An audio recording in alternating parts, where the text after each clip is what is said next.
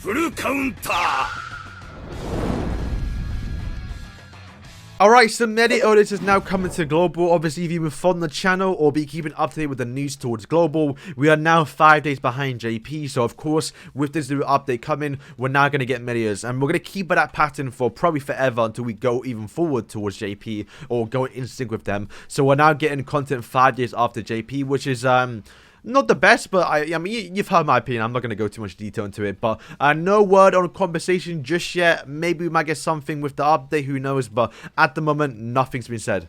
But let's go through before you summon this series on the channel. Where I go through, is it worth summoning, what is coming afterwards, and go through everything you know about the character to where you can make a judgment if you want to summon or not. So let's just jump in. So Meliodas, before we go through his skills, yes, you should be summoning, not to get the character. Good lord, no, don't pull the character. This guy is terrible, but it's always worth just doing the first multis, because literally one multi is 30 diamonds and then one afterwards is literally 1 diamond. You might as well just get the free multi basically. And I would say, I mean, the banner wise, it's not great, but you know, Green Sario is there, and if you get him, then that's nice. If you have Sario 6/6, then probably don't even do the first multi, because at that point, there's no real purpose. Literally, everyone in the banner, apart from honestly Sario and maybe Howard and Arthur, if you're still after those 2 characters, then it's basically a skip. I mean, I'm doing 2 multis and hoping to get 1 Sario. That's all I'm hoping for, because that's literally all you can get really from this banner. Or I guess the new Meliodas, but like, he's not even that great, because we'll go through his skills now.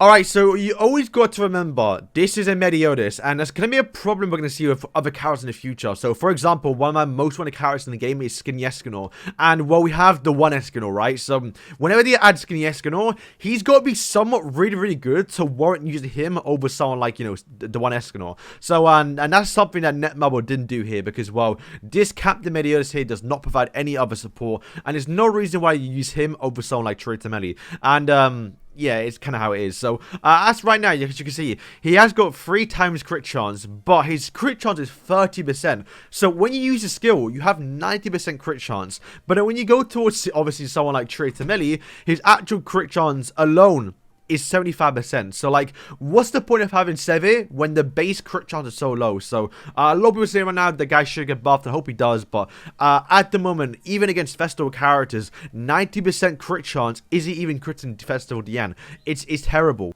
Absolutely useless skill, and it kind of goes to the second skill as well, the fact that it's kind of outdated right now. I mean, any skill right now that has, like, you know, actual skill effect or something that does something on tier 2 and tier 3, it's really got to do something on tier 1, otherwise it's useless. Because, I mean, right now we're not raising too many gold first, so we're not getting too many rank up skills, and relying on something like this is just pointless as well. And we just got Rimuru, and Rimuru removes buff for a passive and gets a buff for it. So, yeah, this is just absolutely terrible. Even if we're removed on the tier 1, it'll be somewhat useful, but right now in the meta, there's just no point buff removing. The damage is lacking as well. Like 210, I mean, it should be 400. You know, I mean, all these skills are basically useless. And not to mention, the ultimate is somewhat okay. It's not the worst ultimate in the game, but it does stun for 2 turns if it is a 6/6. Honestly, the only saving grace of this character is the actual passive. The passive, though, could have been quite good, but he designed it wrong, but I can see why he did it. So, if you don't know what the guy does do, at the start of turn, if you have 2 or less skills on your team or your allies, you're going to get 20% basic increased stats. But the thing is, though, it's a grade debuff, and he did that probably because of Rimuru. Rimuru right now removes buffs, and you don't really want to really use any amplify characters right now because of Rimuru.